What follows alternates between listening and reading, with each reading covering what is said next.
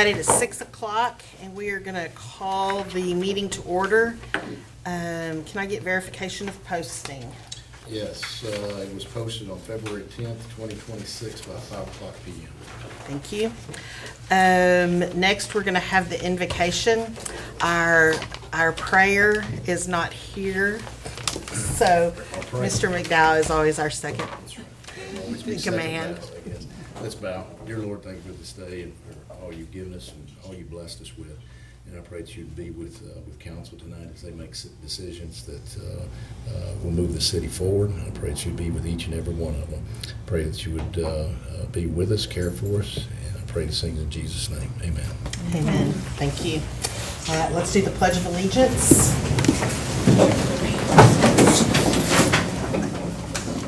I pledge allegiance to the flag of the United States of America and to the republic for which it stands, one nation, under God, indivisible, with liberty and justice for all. honor To the Texas flag, I pledge allegiance to thee, Texas, one state, under God, one and indivisible.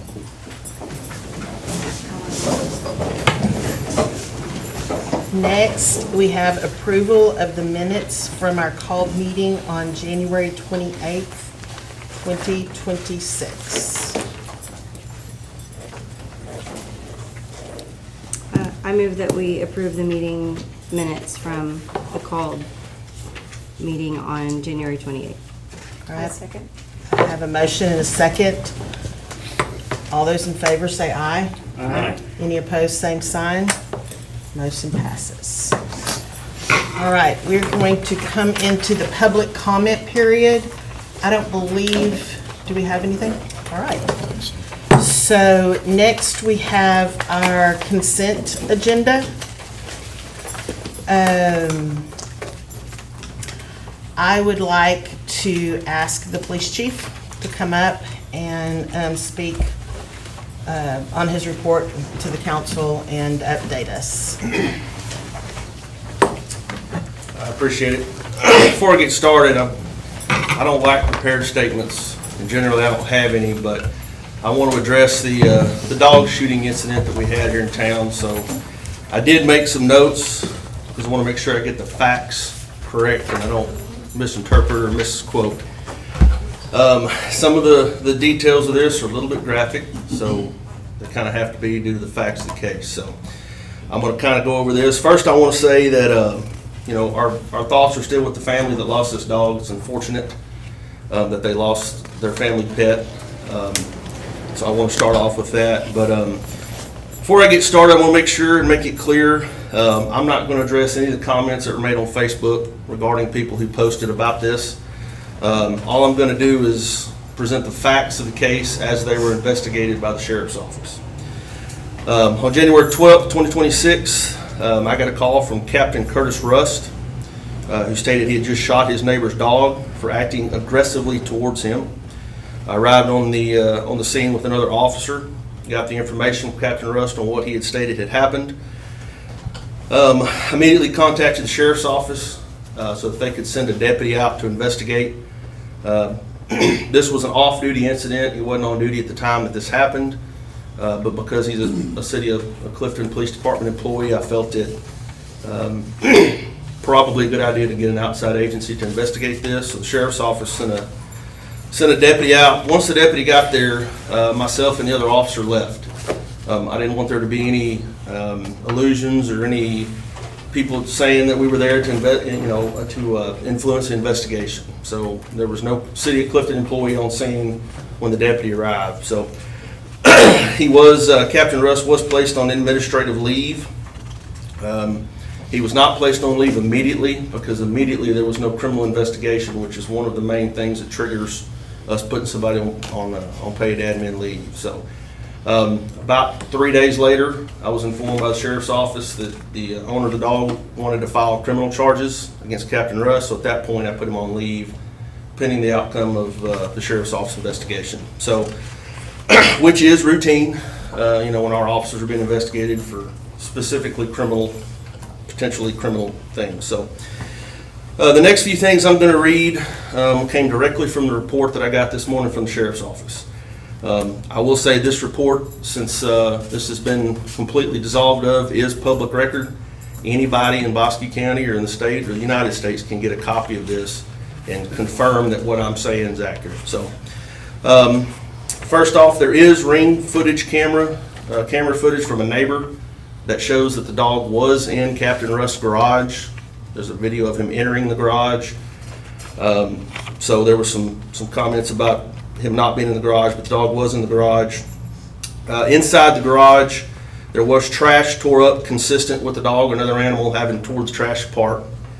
Per the report, the investigator stated that based on the information at hand, it appeared the dog might have been going through something called resource guarding, which is an instinctive condition where a dog might act aggressively towards someone when they're attempting to protect a valuable item, such as food, toys, things like that.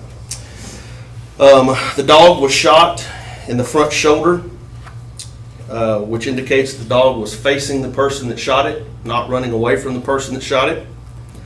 The veterinarian that looked at the dog stated that the bullet was still in the dog, and it was confirmed via x-ray, which caused the dog, because there was no exit wound, it caused the dog to not bleed right away, which is why there was no blood in Captain Rust's driveway where the dog was shot.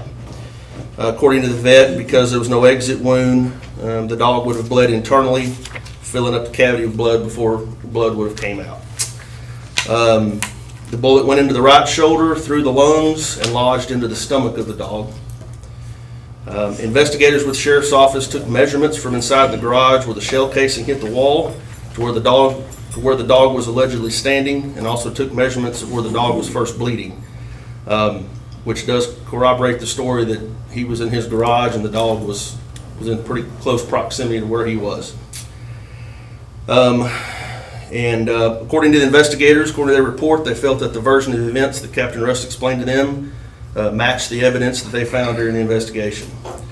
On February 13th, the case was presented to a Bosque County grand jury, which is protocol in situations like this. The Sheriff's Office, which, by the way, I want to give kudos to the Sheriff's Office. It's one of the most thorough investigations I've ever seen for a dog shooting in almost 20 years being a cop. They interviewed neighbors, I think every neighbor that lived in the neighborhood. And the report that I got is about that thick. And so that was presented to the district attorney's office, who presented it to a grand jury. The grand jury returned a no bill, which means they didn't feel there was enough evidence to return an indictment. As I said earlier, I did conduct an internal investigation, found that Captain Rust did not violate any Clifton PD policies. And based on the evidence presented from the Sheriff's Office, I found that no laws were violated. So he has since been returned to full active duty. Like I said earlier, this report is public record since the case has gone to a grand jury. So I encourage anyone that has any questions about this, the validity of my comments and statements, to get a copy of that report. If council has any questions about the investigation, I know I kept you guys apprised of what was going on as it went. But if anybody has any questions, I will be happy to answer those if anybody has any. Does anybody have any questions? Chief? Thank y'all. Thank you very much, Chief. Is there anything that the council would like to pull from the consent agenda for further comments? I would like to say one thing. I want to give kudos to Craig and his team, which is Josh and Renee. We just had TCQ come in last week and did a thorough inspection of the water plant. They did a great job. We got dinged on just very few things. They were just very minor technicalities, which have already 80% have already been fixed. So it was a really good report. They were very pleased with it, and I think they did a really, really good job, because it's very thorough, because this is part of our drinking water system. So this is records, daily records that they have to go through for a complete 3 years and 3 years of the system. So you guys did a great job putting it all together. Thank y'all. We appreciate it. I am going to pull out mine. I did not have a report in your packets, but I do have a statement I would like to give. This is solely from me. As I reflect on the climate we are experiencing today, not just here at home, but across our country, our state, and our nation, I feel it's important to pause and talk about something bigger than any single issue before us. We are living in a time of great adversity, a time when it often feels easier to be divided than united, easier to criticize than to collaborate. Too often, conversations turn into confrontations, and problems become platforms for division rather than opportunities for solutions. That path is not healthy. Not for our city, not for our county, and certainly not for our nation. Our city has always been at its best when we come together. Progress does not happen through accusations or assumptions. It happens through respectful dialogue, willingness to learn the facts, and a shared commitment to doing what is best for the whole community, not just one voice, one opinion, or one moment. I'm deeply concerned when individuals feel comfortable standing before others without all the facts, using that space not to seek understanding, but to cast blame or attempt to harm the city as a whole. That kind of approach does not move us forward. It creates division where cooperation is needed and distrust where transparency already exists. Let me be clear. Disagreement is not the problem. Healthy discussion is a cornerstone of democracy, but how we disagree matters. We must challenge issues, not people. We must ask questions before making accusations. And we must remember that every decision made by this council and our city staff is done with the intention of serving this community responsibly and ethically. I remain committed, and I know this council remains committed, to open communication, factual transparency, and working together to solve problems. I believe strongly that our community is capable of more unity than division, more understanding than anger, and more progress than conflict. My hope is that we recommit ourselves to listening, learning, and leading with respect. When we do that, we don't just strengthen our city, we set an example of what community truly looks like. So, thank y'all. Next, we have discussion and presentation on the adopted 2025-26 budget by our BMY, our auditor, Jeremy Schell. Good evening. How y'all doing? We're good. Everybody gets excited when the auditor comes in to talk. So.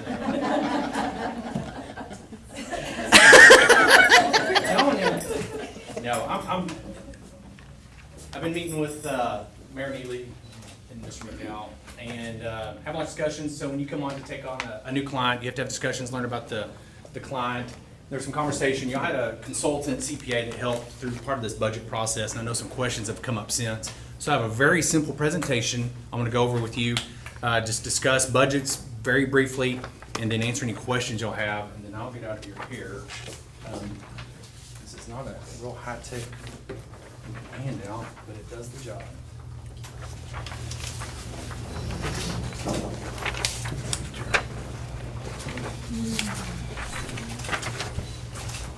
All right. Part of the discussion that we were having is,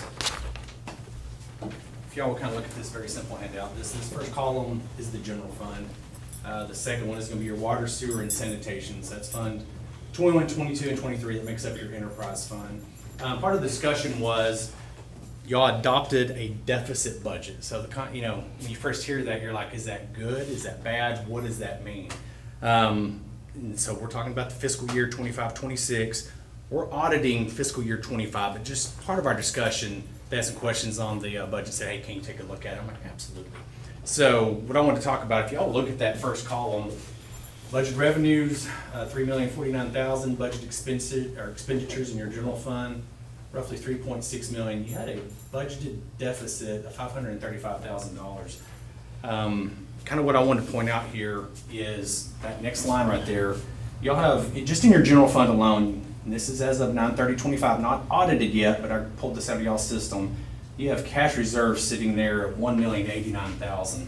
That's not your other cash accounts. That's strictly a reserve account that's set up.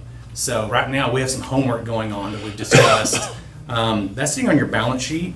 I don't want to sound too nerdy here. That's sitting on your balance sheet, though, as restricted cash. I don't think that's appropriate. I don't think it was put on there right in the prior audit. We're going to clean that up. But a huge chunk of that, when you dig into it, it is labeled reserves. So it's not like even a true restriction, like for a cemetery fund, or it's legal. It's somebody set it aside once upon a time and said, hey, at some point in the future, we're going to need to use these funds. The same thing on your enterprise fund. If you look on that far right column, that's Fund 21, 22, and 23. Budgeted revenues, $3 million. Expenses, $3.2 million. So if you add the three across all three, you have a deficit of roughly $220,000 in your water and sewer fund. And over there, you have restricted cash reserves of $2.3 million. So once again, very healthy reserves are set up over there, and they're labeled right now restricted. Restricted is not a bad thing. In fact, it says, hey, this money is set aside for a very specific purpose. We're going to figure out what that purpose is, right? So, talked to the mayor earlier. She has audits going back to 1999. I think there'll possibly be a discussion with the previous auditors. Somebody knows what that money is set aside for. And when y'all do a budget, kind of want to encourage you to do this. You know, if y'all have a deficit budget and there's no capital expenditures budgeted in there, you're just trying to keep the lights on and you have a deficit, that's a bad thing, right? So when y'all prepare the next budget, y'all want to say, what is it going to take to keep the lights on? What's it going to take to pay payroll, electric bill, insurance, software, nothing capital related, just what does it take to do the bare bone basics of running a city? And let's compare that to our revenues. Do we have a deficit? If we do, that's when you have to make cuts. If you have surplus, hey, we have something to work with here. Now we get out our wish list of capital projects and start looking at them and say, what streets do we want to fix? What police vehicles do we need to buy? And you would use that excess funds. In this case, you'll have a wish list. Hey, here's things we need to do to improve the infrastructure of the city, both in the water and sewer and the general fund. And you'll have reserves there to use. Those reserves are exactly what they call they're excess revenues from the past that have been set aside for future use. And so that was a lot of words to say. Y'all budgeted a deficit, but when you budget a deficit purposefully here, most of it is related to capital projects that are going on at the city. And you could have just as easy, when you prepared that budget, had a line item that said use of reserves. So you have plenty of reserves there. They're there for a purpose. If you're never going to use your reserves, I'm going to be sitting back here saying lower my taxes, right? But y'all, the city does have needs. Y'all have things that need to be done and updated. So in and of itself, a deficit budget is not a bad thing. We're in the very beginning stages of doing the audit. We're going to walk through all the controls of the city, and we're going to come back and make suggestions. I hope how this is being done is right now, if somebody needs to buy shovels to work on the streets, they walk in and talk to the finance director and say, how much money do I have in the budget line item for shovels?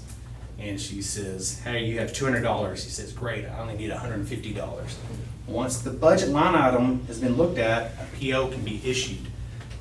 If there's not money in that line item, we don't issue a PO. I don't know are y'all using the POs right now? Okay, fantastic. And so once that PO is issued, fantastic. What happens if there's not money in that budget line item? Well, we look at other line items within the street department. Y'all's budgetary level of control is at the departmental level. You'd have to go borrow from another line item. That should be done with the council before that expenditure is approved. Before that PO is issued, it should come before the council, and y'all should approve the movement of those funds. When the budget's done correctly and it's accurate and it's easy to read, it's the best deterrent of fraud and error that a council can have. I mean, it's very powerful. It's an entity level control that y'all can monitor month to month, week to week, when done right. So we're going to look at that as we do the audit and make some suggestions if it's not being done. But from my discussions, it sounds like it is being done right. That was my quick kind of spiel, but I did want to answer if there's any questions specifically or concerns that y'all had. It's kind of makes sense, just the general idea, had a budgeted deficit, but we have reserves set aside for that budget deficit. So you're really you could have easily just said, hey, we budgeted use of reserves for capital projects.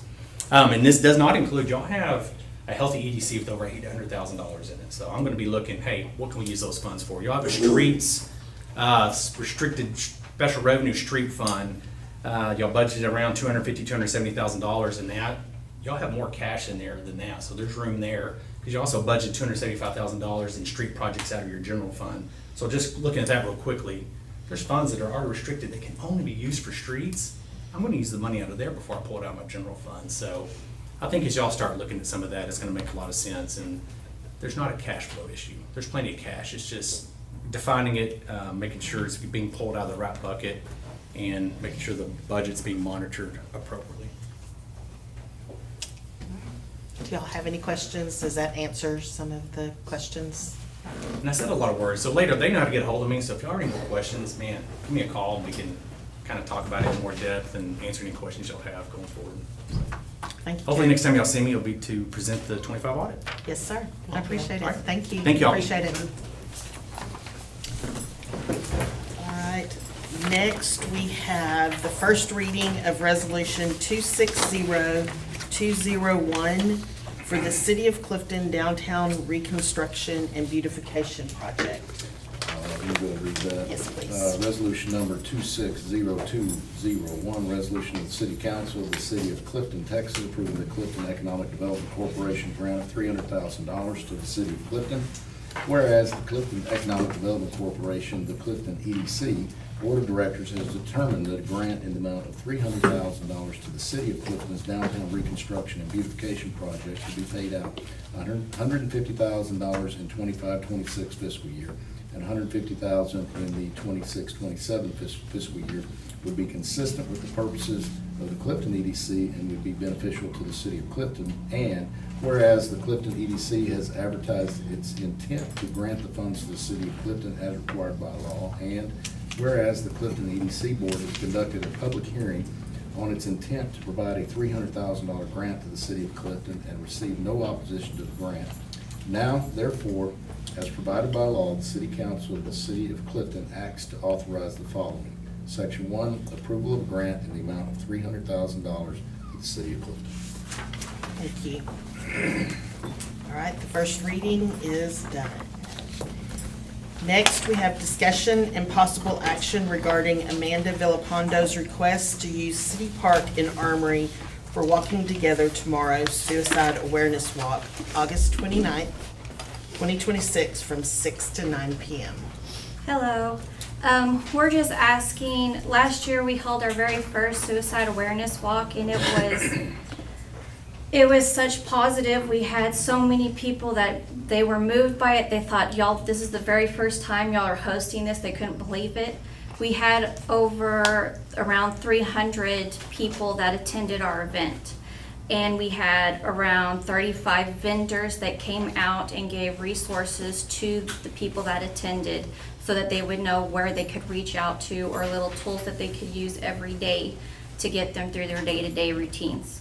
And then we had our whole walk, and it was very moving. We're asking that we be able to use the park again to have our second Walking Together for Tomorrow walk on August 29th. The park is extremely friendly place and safe place for everyone to go to, and we like having the ability to have things outside, especially during the night, to be able to come together. And we like to do this year we want to do a visual candlelight at the end to just reminisce and everybody coming together. But that's what we asked, is if we have permission to use the park for this event. We also use the actual building too, so that people could go to the bathroom. And we actually had vendors inside too, because we had more vendors than we anticipated last year. And we hope to have even more this year. Okay. Thank you.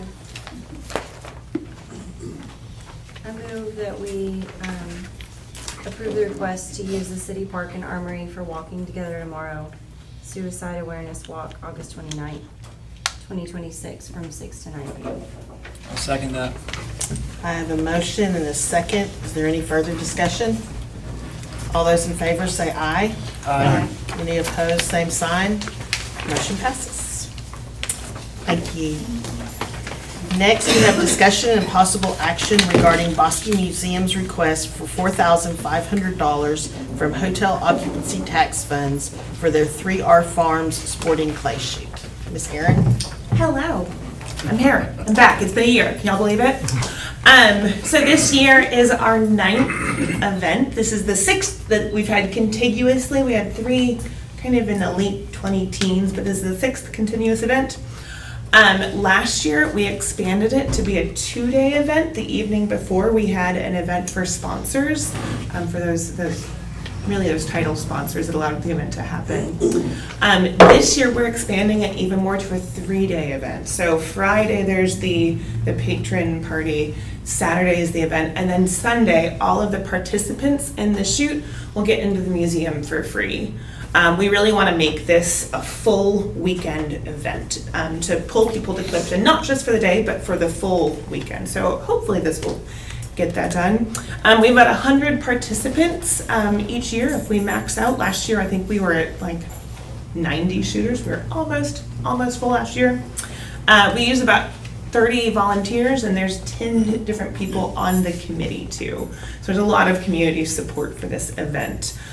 We prioritize local vendors, trying to use Clifton vendors when possible, but we try to stay to at least this area to give them the benefit too. So, red flyers, but thank you for your consideration. I appreciate it. Thank you. Do y'all have any questions for Erin? Thanks. Thank you.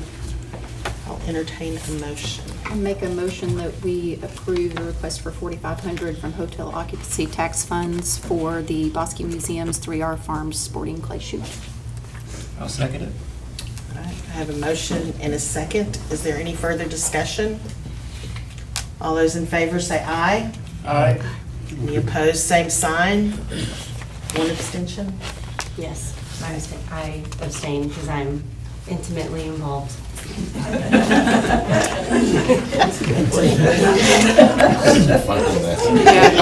I spend a lot of time. Don't be inappropriate. Next on the agenda, we have discussion and possible action regarding the Clifton Volunteer Fire Department's request for $2,000 from the hotel occupancy tax funds for their annual wrestling event to be held on April 4th, 2026. Chief? Good evening, council. Yeah, so if you hadn't heard, we're gonna have the wrestling fundraiser again at the high school. Last year was a big hit. I think well over 400 tickets sold probably. We expect that to be another big hit again. And we're asking $2,000 just for advertisement, posters, signs.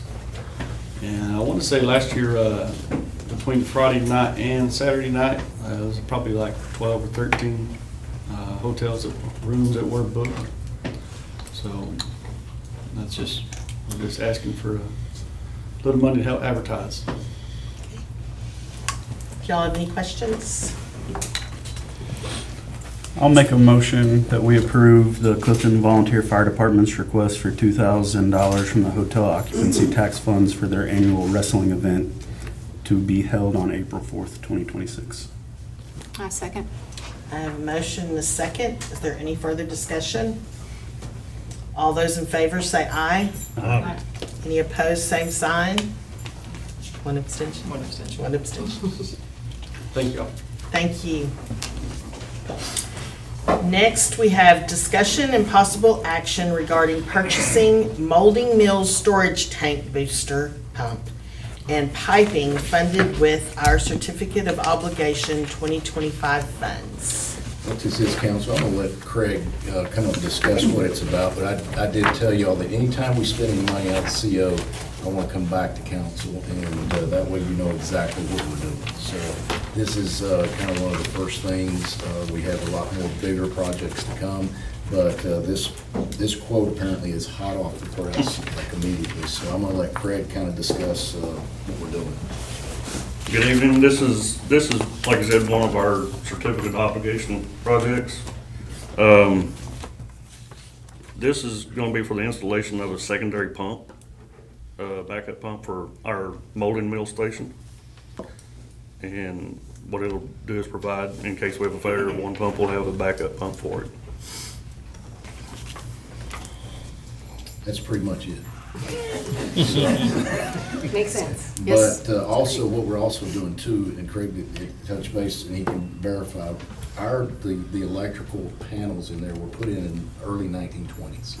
And we have all basically wiring, breakers, everything from the 1920s. So we will also have Kevin Keller come out and refurbish that for us to bring it up to the current wiring and electrical code.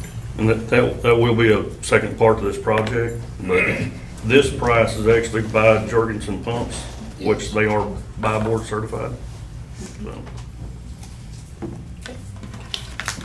Thank you. Thank you. So, can I entertain a motion to approve this expenditure? I move to approve the purchase of Molding Mills storage tank booster pump and piping funded with CO 2025 funds. Do we need to include the price or? Yes, go ahead and say the price. We don't- For the price of $12,651. I'll second. I have a motion and a second. Is there any further discussion? All those in favor say aye. Aye. Any opposed, same sign. Motion passes. Next on the agenda is housekeeping. Discussion and possible action changing the March 10th, 2026 council meeting to March 17th, 2026. March 10th sort of falls in the middle of spring break. We would not have a full council here. I will not be here. So we were just looking at seeing if we could just move it to the 17th, if that would fall into y'all's schedule. St. Patrick's Day. Yes, St. Patrick's Day, everybody wear green.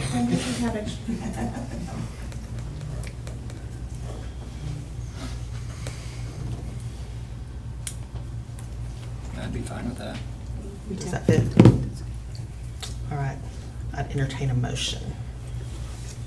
I'll make the motion that we change the March 10th council meeting to March 17th, 2026 at 6 p.m. Second that.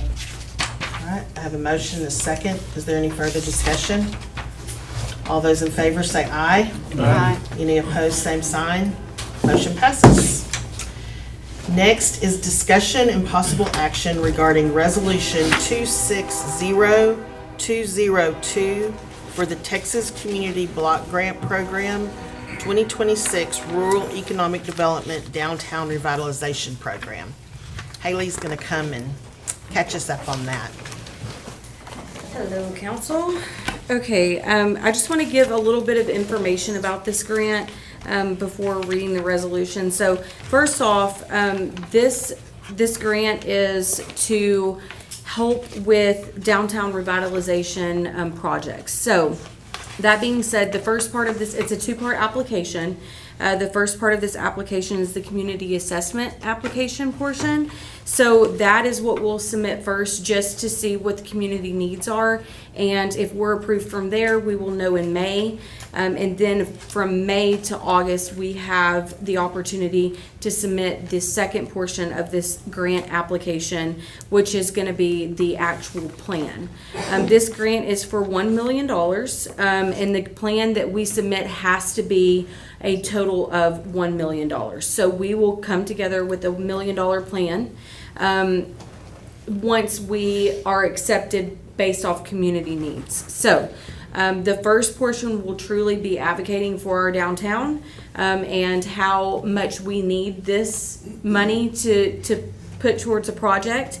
The share or match amount for the city would be, the minimum is $20,000. The recommended is $30,000 to $35,000 would be our share to pay in with $1 million. So I would say honestly that's pretty good. And so I'm really looking forward to to moving forward with this grant. I would just want to give a few, I've given some date touch points, but a few of the eligible activities. So this grant specifically also is for assisting with projects that are already in the works. So it honestly came at a great time with the downtown parking project, and how we can kind of partner and merge these two together, as far as like getting the parking fixed and then moving forward with sidewalk rehab, so pedestrian walkway improvements, lighting improvements, all the way down to benches, trash cans, planters, murals, landscaping, signage. So truly a full master plan. So we're including the street infrastructure with the parking plan, and hopefully bringing in this block grant of $1 million plan to kind of finish it out and get some downtown signage, sidewalks, lighting, benches, all the fun things. So I'm really excited about this grant. I really hope that they think that Clifton needs it if you guys approve to take the approve the resolution. So, any questions on the grant? I know I ran through that really fast, but it would be a great addition. And I will say that if we, part of the application process, if we are approved in May for the community needs, so that first initial portion of the application, then we will do some city hall meetings, asking the community, business owners, stakeholders, kind of what they would want to see in this plan. So it will take some participation and collaboration before we submit that actual plan in August. All right. Thank you, Haley. Thanks. I appreciate it. You want to read the resolution? You want me to read the resolution? You can read it. All righty, Resolution 260202, a resolution of the City Council of the City of Clifton, Texas, authorizing the submission of a Texas Community Development Block Grant Program application to the Texas Department of Agriculture for the Downtown Revitalization Program. Whereas the City Council of the City of Clifton desires to develop a viable community, including decent housing and a suitable living environment and expanding economic opportunities, principally for persons of low to moderate income. And whereas it is necessary and in the best interest of the City of Clifton to apply for funding under the Texas Community Development Block Grant Program. Now therefore be it resolved by the City Council of Clifton, Texas. Number one, that a Texas Community Development Block Grant Program application for the Downtown Revitalization Program is hereby authorized to be filled on behalf of the city with the Texas Department of Agriculture and to be placed in competition for funding under the Downtown Revitalization Program. Two, that the City of Clifton requests to be considered for the Main Street set aside and commits to selecting a project in coordination with the Texas Historical Commission consistent with the current Main Street program documentation and meets either the national program objective to eliminate slum and blighted conditions or to benefit low to moderate income persons. Three, that all funds will be used in accordance with all applicable federal, state, local, and programmatic requirements, including but not limited to procurement, environmental review, labor standards, real property acquisition, and civil rights requirements.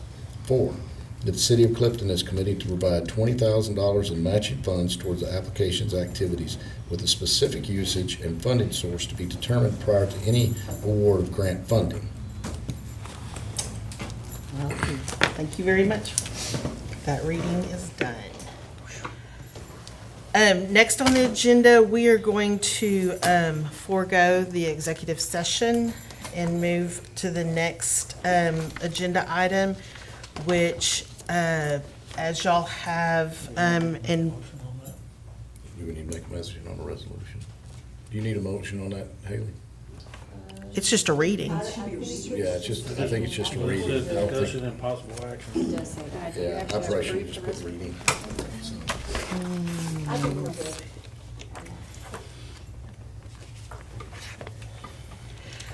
Okay, thank you, Les. I'm sorry. It's, Nope, you did good. So I'd like to entertain a motion.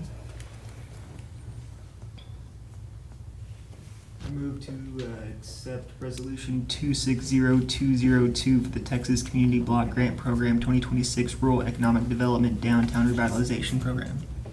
All right. I'll second.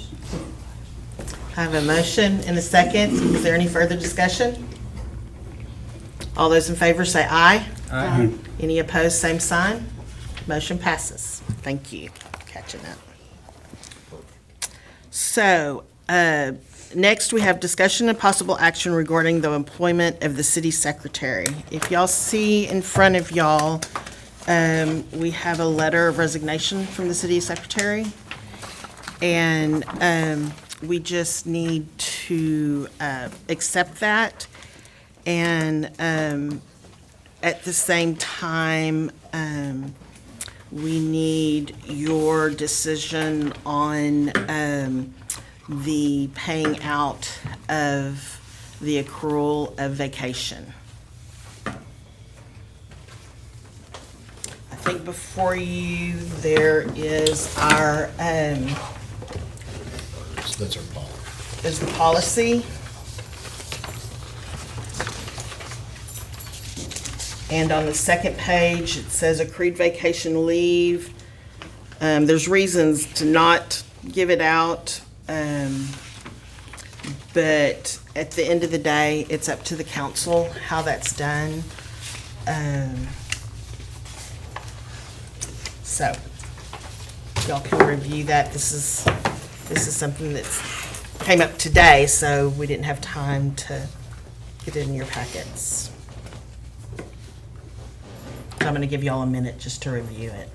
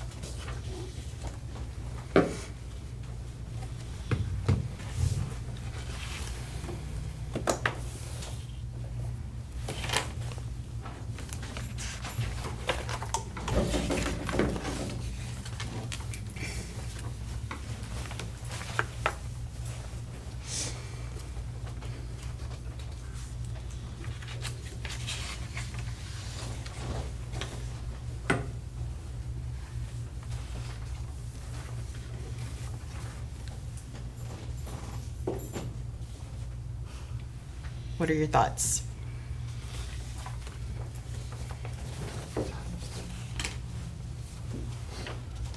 Are we talking about? How much paying the accrued vacation is there? Yeah, which was accrued. There is 207 hours of accrued vacation. I'm sorry, I should have given y'all that information. I personally feel we need to pay for it. Okay? I mean, we always had any other city employees when they left, we're always granted their vacation pay. Okay. I mean, that's the way I feel. She returned all city property? Anything she might have had? All but one thing, yes. And that's coming back tomorrow. Okay. So the only other issue is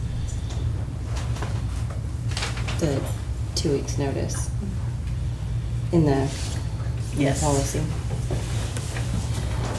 She was given a copy of the policy or the handbook and is aware of. As far as I know, I was not here during that time, but I believe so.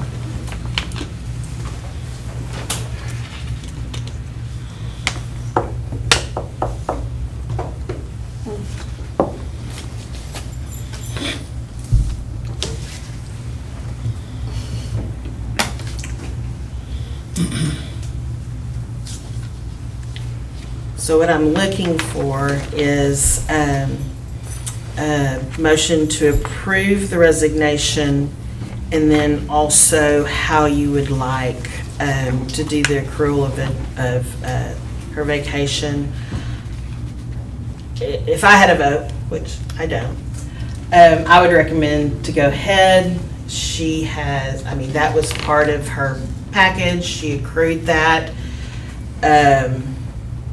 So, I mean, that would be my Is there a, recommendation. okay, she's under the max, no. 240. The max is 240. yeah. Uh-huh. Yeah, And at that time, they just stop accruing. yeah. Do you have anything you want to talk about? Okay. I move that we accept the city secretary's letter of resignation and approve the accrual of vacation time. Okay. I have a motion. Do I have a I'll second? I have a motion and a second. Is there any further discussion? All those in favor say aye.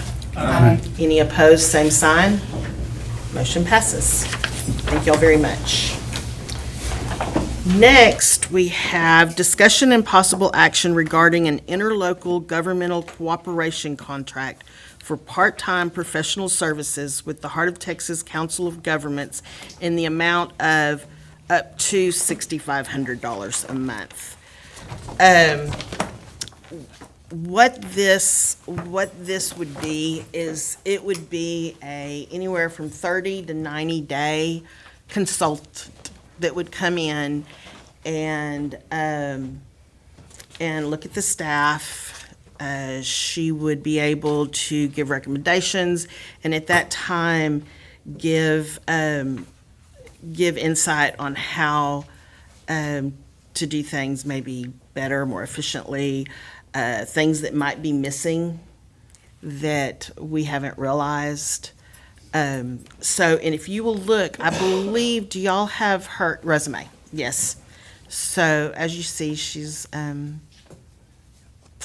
very knowledgeable in what she does. And in there is a breakout also of how that would go. So it's actually $61.82 a month, and it's 2 days a week. And the discussion was we would go 30 days at a time. And in a month, she might say, oh, y'all are doing good. Or, hey, let me stay a little bit longer and help out. And with the vacancy now, it would probably be a good idea. So, but it's the first time we're talking about this, so I wanted to give y'all an opportunity to look at it and to ask any questions y'all might have.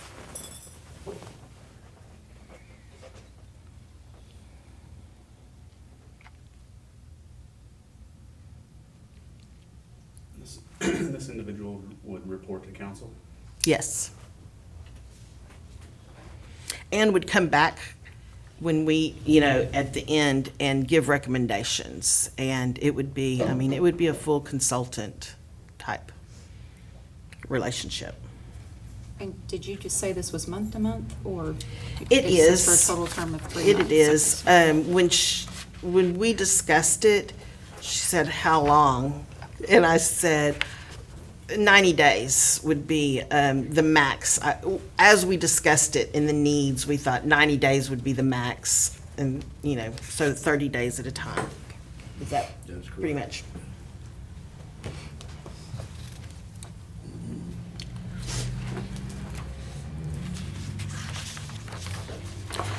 And she'll be able to start Thursday.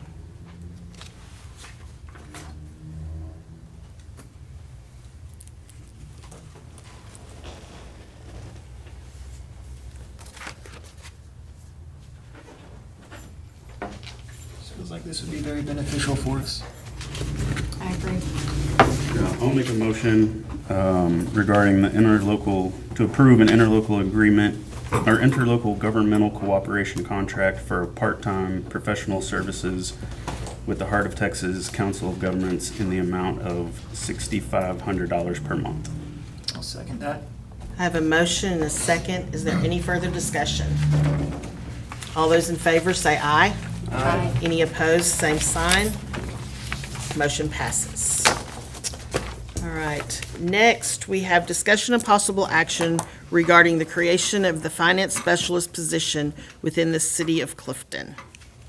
So if you'll look, David, I'm gonna let you pick this up, but If you look in there, there's a job description, a complete job description for that. And we've been talking about it roughly several months. We can vote on this and have it ready to go on any suggestions, or we can table it and wait till the, oh goodness sakes. consultant. Yes, consultant, thank you. Until the consultant has suggestion on where we need to go with it. My suggestion is we go ahead and have it waiting in the wings just in case, and that way I don't have to bring this back to you.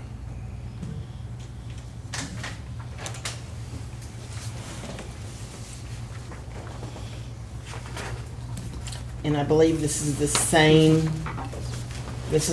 same general information that y'all have received. There's, nothing in here has been changed. Nothing's been changed. Y'all have had this several months. I'll move that we create a financial specialist position within the City of Clifton organization. I second. I have a motion and a second. Is there any further discussion? All those in favor say aye. Aye. Any opposed, same sign. Motion passes. Next is discussion and possible action regarding the job description of finance specialist and revised job description of the city secretary. Somehow that got doubled. Yeah, what this is, council, is y'all are just basically approving the job description itself.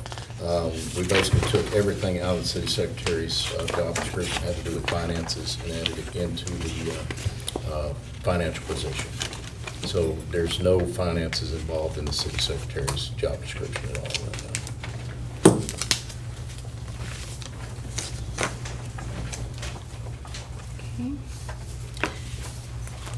And I would think this would be the same idea, that we go ahead and approve it. And then if we need to fine tune things when the consultant comes in, we can. But if not, it's done and we're ready to move. Anything we fine tune, we will bring it back to council.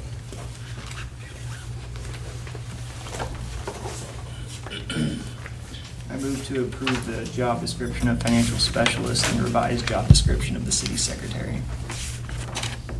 I have a motion. Do I have a second? Second. I have a motion and a second. Is there any further discussion? All those in favor say aye. Aye. Any opposed, same sign. Motion passes. I would entertain a motion to adjourn. So moved. I have a motion. Do I have a second? Second. All those in favor say aye. Aye. Thank y'all very much.